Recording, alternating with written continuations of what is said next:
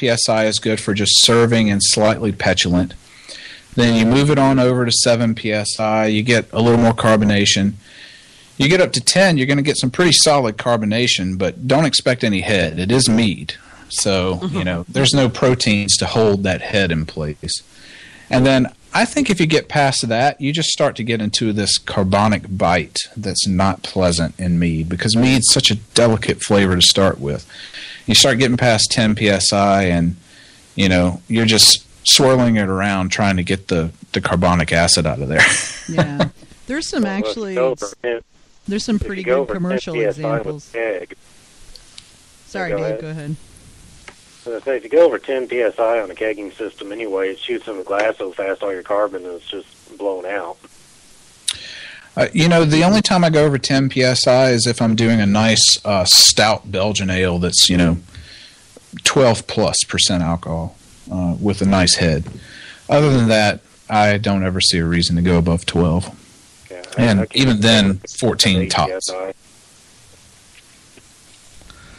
I'm sorry, what was that? You said 8 psi? Yeah, I keep mine about 8 psi for serving. And I think for serving, that's perfectly great. So it also depends on the mead. Some meads, for me, mead is much like my food. I like balance. So I always have a joke that barbecue sauce. I'm big into making barbecue sauce. Well, yeah, you're a Texican. And actually, I'm a Georgian. Well, still a Southern boy, though. Barbecue sauce is a food group. Barbecue sauce is all about balancing sweet, sour, salty, savory. Yep. Mm-hmm. Mead is the same thing, only different parameters. So you have the sweetness, of course. You have the sourness, which you can try to mess around with acid blend if you want to. But in now, this is just my opinion. If you can make it work, you do it. But in my opinion, acid blend just makes it taste really artificial. And maybe that's in my head. I don't know. But I try to design my recipes around how much acid I want in it to begin with. And then if I really feel like it needs some acid, I'll use something like lingonberries or something like that to provide some acidity. But there's sweet, there's sour, and then there's your flavoring component, which can be just your pure honey. It can be spices. It can be peppers. It can be all different sorts of things. And I think that's what's great about mead is the fact that there's such a versatility there. You can make it taste like anything you want. And then lastly, I would say for mead, and I know most people say there's only like 2 or 3 things you need to dial in, but there's also the wow component too. And the wow component for me is not so much the ingredients that you put in there, it's how well they're balanced against each other. So, for instance, one of my favorite summertime drinks, I call it Belgian Spacecraft. And craft is a equal mixture of mead, cider, and beer. Hang one sec, hold that thought, please, Bray. Joshua's dropping off, and I think he just wants to say bye. Yeah, I don't want to leave running out. So, Bray, it was great to meet you, talk with you, get to hear everything about you and what you got going on. So, again, I appreciate it. Absolutely. Thank you so much for calling in. I appreciate it. Yeah, and I will keep bothering you in the forums. So, look forward to that. Good. I enjoy challenges. Cheers. All right, Bray, resuming where you were. Belgian Spacecraft. There you go, yeah. Yeah, so beer and cider mixture is called Graf, and honey and apple cider mixture is called Cider, so I call it Craft. So it's Belgian Spacecraft. I like it. So now I have something else on my to-brew list. Thank you. I know, right? Yeah, I can hear Doug's evil laughter in the background there. Well, what's great is you can finish the fermentation in like 5 days, and then you can carbonate it in less than a week. So I can have that stuff in the keg and ready to roll in less than 3 weeks. So great for summertime. So, and the thing is that nobody expects to have honey and apple cider and beer grains in the same beverage. It just blows the mind. The thing is that it's made with 1388, and it actually has a little bit of that clove-like quality that Hoegaarden has. But yet in Mead, 1388 will never do. That nobody ever expects the Belgian Inquisition? They just really don't. Sorry, I just had to go there. Somebody's got to be I shouldn't say somebody's got to be a smartass around here, because AJ and I kind of out-smartass each other, but... Actually, one of the first beer-like things I made was kind of like that. Only with whatever yeast came with the 2-liter brew in the bottle beer, but I mixed it with cider and honey. It turned out not bad, but it was a little bit sweet. You know, the thing is that I'm one of those people where I kind of envision what I want it to taste like, and then try. Well, actually, I have 2 modes. This is the first mode. The first mode is I envision what I want it to taste like, and then I try to use the ingredients that I have to make that happen. Then the second mode is just pure experimentation. Here's this random. If it's still long enough, you'll ferment it, right? No, I have this mental image of you standing in front of the pantry going, well, let me see. I got cloves and ginger and some leftover breadcrumbs and, oh, look, there's that oatmeal that I've been meaning to use up. And look, carrots. And, maybe some pork chops. Well, the pork chops would be in the refrigerator, but yeah, you know. No pescamels. No pescamels, yeah. Well, I was going to say, there's the perennial, this is another one of those ancient perennial questions that seems to crop up on GotMead every couple of years is, is anybody ever trying to make a meatamel, you know?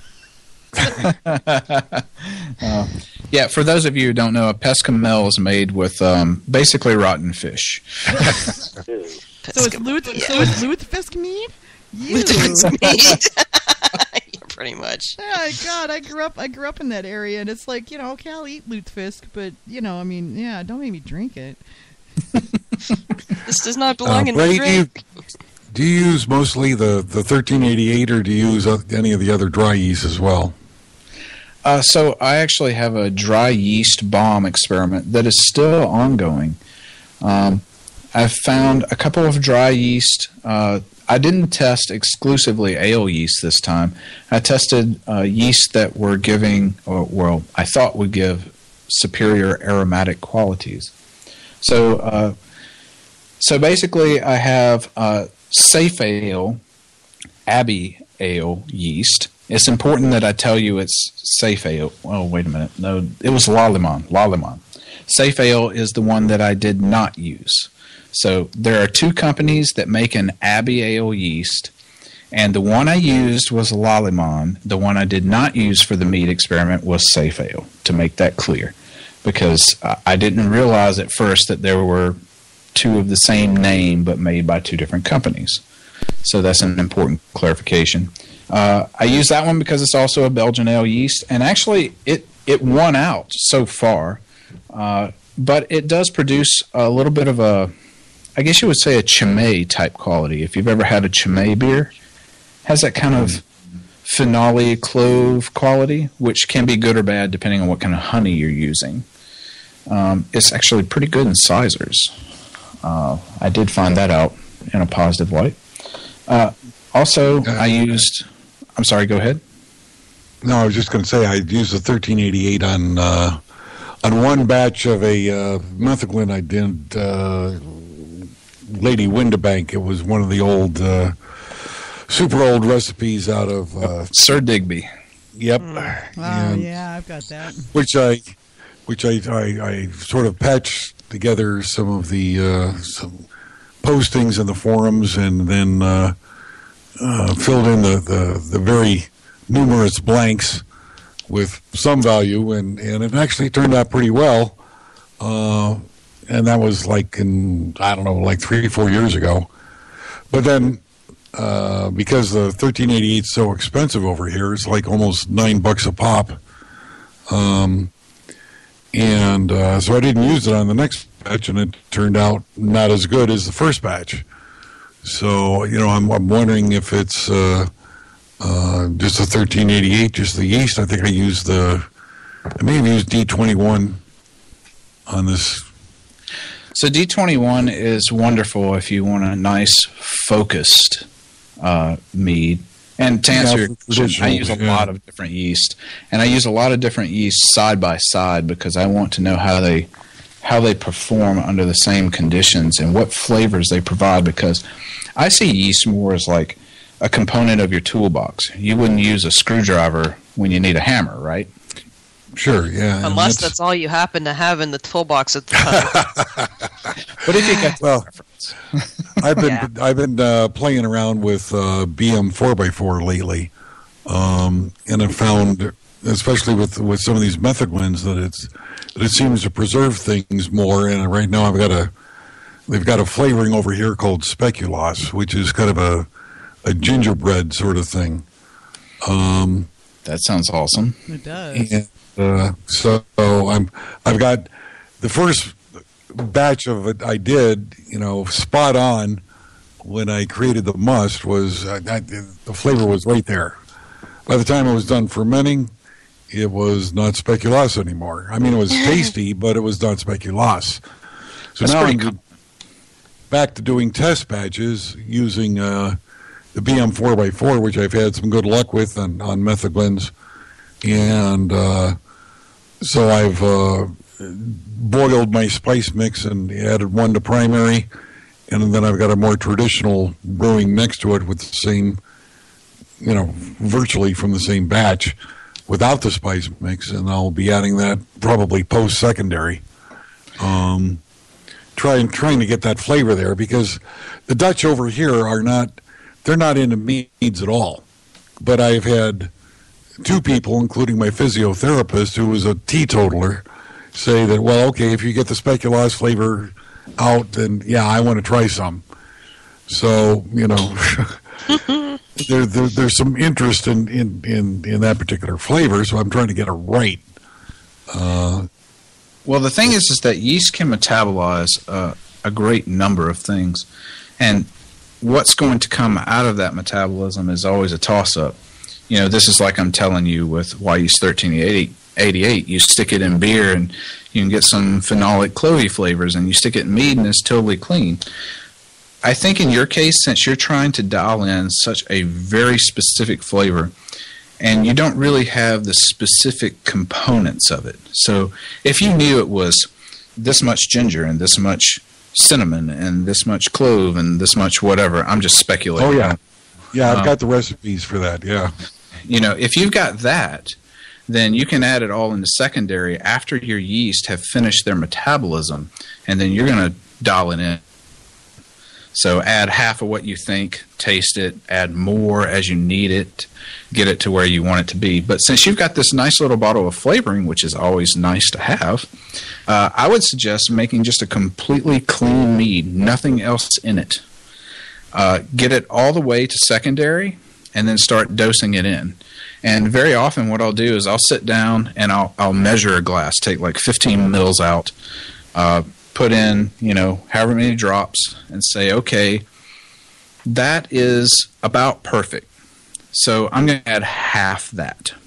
Because what happens is when you're sitting there with a glass and you're tasting it, you're just doing little bitty sips. So you think, well, that's perfect. I'll just add that amount. And then it's way too strong because you have to think about the fact that you're going to drink a couple of glasses of this, not a couple of sips of this. True. So, have some restraint, but definitely do the bench testing and say, okay, well, I can take my spice mix that I've got, add it into 15 mils. This is how much I need to add. I'm going to cut that in half. I'm going to add that to the whole batch, multiply it up, of course. And then generally you'll dial it in spot on. I find half is the key. That's about what I was thinking about, because, as I said, I got two batches going. One with my boiled. Actually, I just boiled the spices in 2 liters of water. Froze half of it for the unspiced batch, and then I've got the spice batch that is fermenting, from the primary. So But that's probably a good thought, is to just sort of